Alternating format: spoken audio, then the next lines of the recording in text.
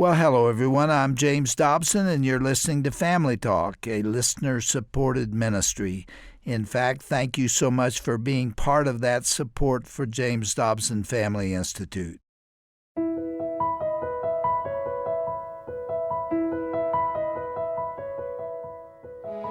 Hi there, I'm Ryan Dobson, and it is an honor to be a part of this retrospective series. All this month, Family Talk is broadcasting a collection of classic programs featuring my dad, Dr. James Dobson, as he shares with you some of the most popular interviews from the past 10 years of this ministry. Today we're going to hear the final portion of an amazing interview with some of the closest relatives of the late legendary World War II veteran, Louis Zamperini. Some of you may remember that Louis' life story was depicted in the major motion picture Unbroken a few years ago. Louis had an unbelievable life of highs and lows and of pain and triumph, and it will touch your heart. To honor his life and allow it to serve as a living testimonial, in 2015, my dad sat down with Luke and Lisa Zamperini, Louis' son and daughter-in-law, to learn more about this incredible athlete, American serviceman, father, and above all else, a Christian. So let's return to the conversation as you enjoy this edition of Family Talk. Well, Luke, you were in the midst of a story when I had to stop you, and it had to do with the end of the war. And there was a kill order issued by the Japanese military that if the Americans were to invade the homelands, Japanese homelands, that every prisoner would be killed. And that was even known by the prisoners. They knew they were living with the sword of Damocles hanging over them, and yet they were not killed. Why? Well, something happened. And one of the prison guards came to my dad and said, there's been a cholera outbreak in a city called Hiroshima. Very bad business. And so that was the propaganda that was going out. Instead, what had happened was the United States atomic bomb military dropped an atomic bomb on Hiroshima, Japan, followed up by another bomb a few days later on Nagasaki. This brought an abrupt end to the war. This preempted an American invasion. The invasion was no longer necessary. And so the Japanese guards didn't know what to do because there was this kill order that they were supposed to execute, but they hadn't got word to execute it. They also hadn't got word not to execute it, so they didn't really know what to do. So Did they not know the war had ended? Eventually, they did. So they knew that there was a declaration of cessation of hostilities. It was still several more days before Japan formally surrendered. And at this point, the prison guards just began to walk away. So my father's life and the lives of the thousands of other Allied prisoners in the Japanese prison camp system was spared because of the atomic bomb. We look at the atomic bomb today, and people talk about it being a bad bit of history in the American experience. But it actually saved millions of lives. Not only did it save the American GI prisoners of war, but it also saved untold millions of Japanese who would have fought to the last man to stop the American invasion. And it's been estimated that perhaps 1 million American lives would be lost if they had to invade the Japanese home islands. Yes, that's correct. And so here the war is over, and now the men are just waiting at the prison camps. They don't know what to do. And all of a sudden, B-29s are flying overhead, dropping supplies. And so here they finally had food. And so what did these GIs do with it? They turned around and shared it with their former captors who were themselves starving at this point in the war. They gave it to the villagers that were surrounding their prison camps. This was just the way that the GIs were. They were appreciative of finally having food, and they knew these other people were starving, and they shared it with them. Eventually, a train showed up to pick them all up and take them to Yokohama to be repatriated. And so they get on the train goes through Japan, and goes through Tokyo, and they could witness the total devastation of Tokyo from the American bombing campaign. So they get to Yokohama. The officers tell the men they get off and go into that building over there. There'll be plenty of coffee, donuts and chocolates, anything you want to eat is going to be inside there. And so everyone's making a mad dash for that building. And then there's a man standing outside going, "Hey, anybody got a good story?" And so one of my dad's fellow prison guards says, "Well, yeah, he does right there." So the guy grabs him and stops him and says, "Well, tell me your story." And so, "What's your name?" "Well, my name is Louis Zamperini." "Well, that can't be possible. He was declared dead over a year ago. Do you have any ID?"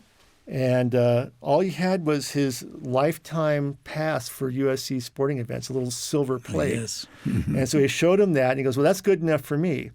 Now, it turns out that the Japanese never had recorded him as a prisoner of war. So he was not on the prisoner of war list that the United States government had. So he'd get to these places where they're going to feed them and clothe them, and they'd say, "I'm sorry, so this is only for prisoners of war." "But I am a prisoner of war." "Well, you're not on my list." And so he couldn't get fed, he couldn't get clothed. In the meantime, my grandmother was going crazy, and she was writing the local general in Southern California, "Where's my son? Where's my son? Where's my son?" So finally, that general sends a red order letter to my dad saying, "Get your rear end back here with every available dispatch." So he finally makes his way back I to... doubt if that's a direct quote. Probably worse than that. Yes, well, we've had to spell that word out in public. But so he comes home to a hero's welcome. And this is the point where the movie essentially ends, but the story continues. And so now my father comes back, famous American athlete, returned from the dead, got the keys to every city he wants to go to, and people inviting him to parties, the movie studios. He's got carte blanche to come to any of their things. But what he's brought home with him is post-traumatic stress disorder, which they didn't know what it was then. For the entire year that he had been exposed to Watanabe, the bird, he began to have these nightmares about murdering that guard. And in these nightmares he had almost every night, this guard would attack him with his belt buckle or with a kendo stick, and it would end up with him trying to choke the life out of the guard, and that he'd wake up in a cold sweat. So this went on for a few years. A year after being home, he met my mother. They got married, and they had a nice life together, but the nightmares kind of diminished a little bit, but then they started to come back as he found other challenges in life. So many of our listeners have no idea the intensity of PTSD and what it does. In World War I, they called it shell shock. And through the various wars, they had a different name for it. But it was essentially the same thing, which was the horror of what they'd seen and been through comes back. And it is a continuing struggle for survival. Mm-hmm. Yes, for Louis Zamperini, the war wasn't over. It was still raging on in his soul, in his mind. And even after being married, the nightmares continued. One night, he woke up from his dream with his hands around the bird's neck, only to discover that he was straddling my mother and had her by the throat instead. Well, that really scared her, and of course it scared him too. And so they went to the VA hospital. They didn't know what to tell him. They didn't know what it was. Life was spiraling down. He was self-medicating with alcohol. He was getting more and more irritable. He would get into fistfights at the drop of a hat. He was drinking to the point of oblivion. And it got to the point where my mother had then filed for divorce. And so everything he's tried has failed. He's just been a total failure at everything he's tried to do to earn money or to try to rehabilitate himself. It's just all spiraling out of control. And then a young couple moves into the apartment house that they were living in Hollywood, California. And they said, "We'd like to take you to hear this preacher at a tent meeting in downtown Los Angeles." And my dad, of course, wanted nothing to do with it. And they were able to talk my mom into going. Let me give some clues to our listeners. Okay. It's 1949. Yes. It's in the summertime. Yes. It is in Los Angeles. Yes. It is a young preacher. A young preacher. Guess who?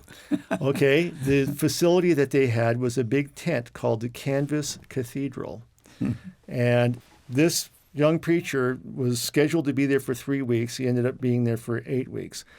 good thing because it took all that time to get my dad to finally go to hear him speak. So he goes to this tent meeting downtown, and he sees this guy that he was not the vision he had of a revival preacher. This was a tall, handsome, athletic-looking guy named Billy Graham. And so he goes in and he listens to the message. And when it gets to the point in the sermon where Reverend Graham is saying that all have sinned and come short of the glory of God, my dad's furious. He goes, I don't need this guy telling me I'm a sinner. I'm out of here. So he grabs my mom and heads out the door and goes home. Don't ever take me back to that place again. They get home, and my mom had said, well, because of her newfound faith in Jesus Christ that she had gotten several days earlier at the Billy Graham tent meeting, she goes, because of that, I'm not going to divorce you. And so you've got to go back with me at least one more time. So he does. He goes back the next night, and it gets to the point in the sermon where he's getting uncomfortable and wants to leave. And as he grabs my mom and says, we're out of here, they start working their way to the aisle. And then Reverend Graham is talking about something to the effect that when people reach the end of their rope and have nowhere else to turn, they turn to God. And that made my dad think about the time on the life raft where he was making promises to God. If you'll save me from this and get me home alive, I'll seek you and serve you. And he realized that God had taken care of his part of the bargain, but Louis Zamperini had not. And he said, I felt like such a heel. So instead of turning to the left and leaving the tent, he just turned to the right and went down to the stage and went to the prayer area behind the stage and found a young counselor to help him through the prayer. And he told me that when he got up off his knees, he realized he was done getting drunk, that he was done fighting. He realized at that moment that he'd forgiven his prison guards, including the bird. And up to this point, all he ever wanted to do was go back to Japan and find this guy and finish him off. And here he realized that he'd forgiven him in that very instant. So he went home that night. It was the first night in 5 years he hadn't had that recurring nightmare about killing the bird. And he never had again the rest of his life. His PTSD was gone like that. Completely different man. The next day he takes his GI-issued New Testament Bible and walks down the street to a place called Barnstall Park and sits there and starts reading it. And for the first time in his life, it made sense to him. So he got himself a flight to Tokyo. And he said, this is going to be a real test of my faith because I know I've forgiven them in my heart, but can I look at them face to face and forgive my former captors? And so he got to Japan. He was able to get permission to go to Sugamo Prison, which is where the Allies had imprisoned all the Japanese war criminals, including the prison camp guards, and a lot of them. And so he was able to get in there and tell his story to an assembly of them all and tell them that he forgave them. And he could look in the audience and he could pick out the faces. I know their names by the nicknames that the prisoners gave them, so I can't repeat that. Mm-hmm. But he recognized them, and he went down in the audience and shook their hands and looked them in the eyes and said, I forgive you. And then he preached the gospel to them. Oh, and a number of them came to faith. That is an incredible story. To think of all that he suffered at the hands of these soldiers, these guards, mm-hmm. and to look them in the eye and say, I no longer hold you accountable. I forgive you because of Jesus Christ. Amen. And that story has touched people from that day to this. Now, the film ends with him going back to Japan and looking up those guards who had abused him, but not the bird. He couldn't find the bird. In fact, the implication is left in the movie that all of the guards agreed to see him except the bird. But that's not quite true. Well, what had happened is the bird hid out in the mountains of Nagano, Japan for 7 years until a general amnesty was declared in an attempt for the American government to reconcile with the Japanese. which was necessary for them to be a united front against the spread of communism in Asia. So we didn't know that until 1998 when CBS Sports did a documentary on my father's life, and they'd gone back to Japan to film scenes in their actual locations, and the producer, by mistake, found out that the bird was still alive, and he was a wealthy insurance salesman. And so they got Bob Simon, who was the narrator of this documentary, and their cameras, and they went and they found the bird, and they interviewed him. And they asked him if he remembered Louis Zamperini. He goes, "Oh, Zamperini-ka. Yeah, #1 prisoner. Yeah, knew him well." Well, then, if he was such a good prisoner, why did you beat the tar out of him every day? "Oh, he told you that." Yes. And so they began to confront him with all of the atrocities that he committed in the prison camp system. And he was admitting to it. And he also said he wanted to meet with my dad again because that's what they wanted to do, was bring him back to Japan and meet with him. But what had happened was Watanabe's son and grandson had seen the cameras and come out and were listening to their father talk. And they knew nothing of his past. And they were horrified at what he was admitting to have done on camera. They stopped the interview, and they refused to let their father meet with this American Zamperini because he'd be expected to grovel and ask for forgiveness. Of course, that was not what my father had in mind. Mm-hmm. He wanted to meet with them, put his arm around him, tell him that he didn't hold anything against him anymore, and he wanted to tell him about his newfound life in Jesus Christ. And but that meeting never happened. Louis spent the rest of his life telling this story, but the essence of it is that there's a reason why he chose forgiveness rather than revenge, mm-hmm. and that reason is the forgiveness of Jesus Christ. Right. It's hard for people to realize it, but while we were yet sinners, Christ died for us. And so the same love that God had for Louis Zamperini when he went to the cross and died for Louis Zamperini's sins, that self-sacrificing agape love, that's the same love that my dad had to have for the bird to forgive him. I guess Hollywood can't express that part of the story, but I wish they would, because that's the reason behind the story, and that's the reason for the life that was lived. Absolutely. So, Luke, your father spent the rest of his life until July of 2014 spreading the gospel of Jesus Christ and doing everything he could to tell people that Jesus loved him.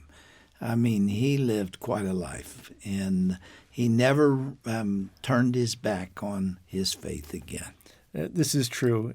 He came back from Japan and realized that he needed to continue to try to spread the good news and that he wanted to give something back to society. So in 1953, he established Victory Boys Camp. It's a nonprofit charity that was outward bound before there was an outward bound. It still exists today. It still exists today. And in fact, your son helps to run it. Yes, he does. We were actually thinking of letting the charity go when Dad would pass on. But something miraculous happened. A little over a year ago, we found another boy that needed some help. And he came to us. I took him to meet my dad. And my dad said, "We got to give this kid a chance." He came from a good Christian family, but he'd gotten tied up in heroin. And that he was looking for a way out. He'd actually applied to Youth with a Mission. The only thing he needed to do was raise money to get there. So Victory Boys Camp footed the bill to get this kid down there. And I looked him in the eye and said, "Kyle, we're sending you down there as a scared kid on heroin. You're going to come back a man." And indeed, that's what happened. He'd gone down there, and in 3 months, they had got him cleaned, they got him trained, and they sent him on a mission to Nepal and India for 3 months. And it really changed his life. He came back on fire. So because of that, we decided to continue to keep Victory Boys Camp alive as a legacy for my dad, and also just to continue on that good work. Mm-hmm. Well, I regret that we're out of time. I have thoroughly enjoyed these 3 days together, and hearing this story. I knew it. I have the book Unbroken. I've been reading it. And now there is another book, unbelievably written shortly before Louis Zamperini died. And it's called Don't Give Up, Don't Give In, which fits with the title Unbroken. And this was published when? It was completed just 2 days before he died. And it is his experiences and the lessons that he drew from those experiences. It's a great little work of wisdom from a 97-year-old man who lived an extraordinary life. Where can they get this book? That book is available everywhere books are sold, whether it's Amazon or a local bookstore. Costco. Oh, and there were 2 other books, in fact, that your dad was involved in. The Devil at My Heels was my father's autobiography. And then, of course, Don't Give Up, Don't Give In was the project he wanted to start immediately thereafter. But then he got involved with Laura Hillenbrand and got Unbroken off the ground. You're proud of this man, aren't you? Oh, extremely. First and foremost, he was my dad. And he was my hero because of the father that he was. I've written a book called Your Legacy. And in it, I state that there's a difference between a legacy and a heritage. A heritage is something you give to someone. It usually has to do with money. A legacy is something you build in someone. He built something in you that is priceless. It was his legacy to you, and Lisa, to you. And thank you for sharing this story with us. I mean, we covered 97 years of this man's life, and he's waiting for you in heaven. And I think there's going to be a big horde of people who are going to be clamoring to thank your dad for introducing them to Jesus Christ, despite all that he went through. And as an American, I want to say, thank you, sir. Thank you for helping to keep this country safe. And for those that are inclined to be disrespectful to this nation, the people in Washington and elsewhere who are hostile and angry at this country, we are who we are as a nation because of good men like Louis Zamperini, who gave their life to that cause and lived a consistent life after he found Jesus Christ. Lisa, It's now wonderful. you're proud of this man too, aren't you? Incredibly proud of him. Well, God's blessings to you both. Thanks God for bless being you. with Well, us. thank you. It's been an honor and a privilege to be here and to talk to you about this incredible life story. You read some of my books early on Oh, too, didn't you? absolutely. I was a huge fan of your work, and you'll have to talk to our son sometime and ask him how things worked out. If that sounded like a self-serving question, there's a reason for it, because you both grew up in the middle of the 70s and you were impacted by that cultural upheaval that was going on in the Western world. There was such confusion then. It involved drug abuse and the sexual revolution and the collapse of authority and so many other aspects of the late 60s and early 70s, because there was chaos then. So you were caught up in all of that, and the Lord rescued you from it, didn't he? Yes, indeed. Definitely. And you're passing on that heritage to others now. Yes, and passing on our legacy, too. Yes, hopefully a legacy. I love you both. Thanks Love for you being too. with It's us. been a pleasure. Thank you. Thank you so much.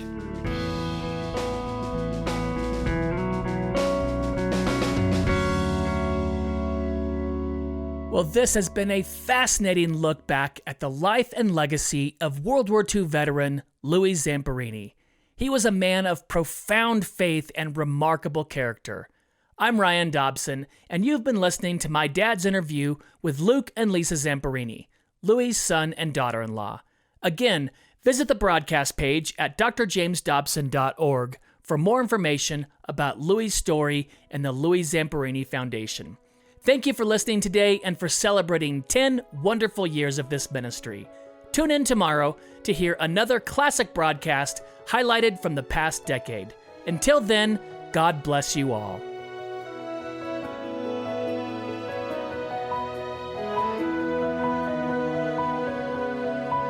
This has been a presentation of the Dr. James Dobson Family Institute.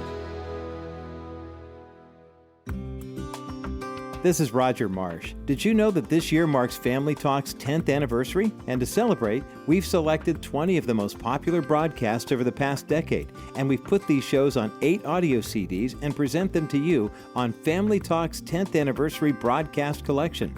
Join Dr. Dobson and many incredible guests like Dennis Prager, Anne Graham Lotz, Eric Metaxas, and our own Dr. Tim Clinton in this compelling audio collection. You'll receive your CD set as our way of thanking you for your gift of $50 or more. Join Dr. Dobson in serving families by calling 877-732-6825 or by visiting us online at drjamesdobson.org.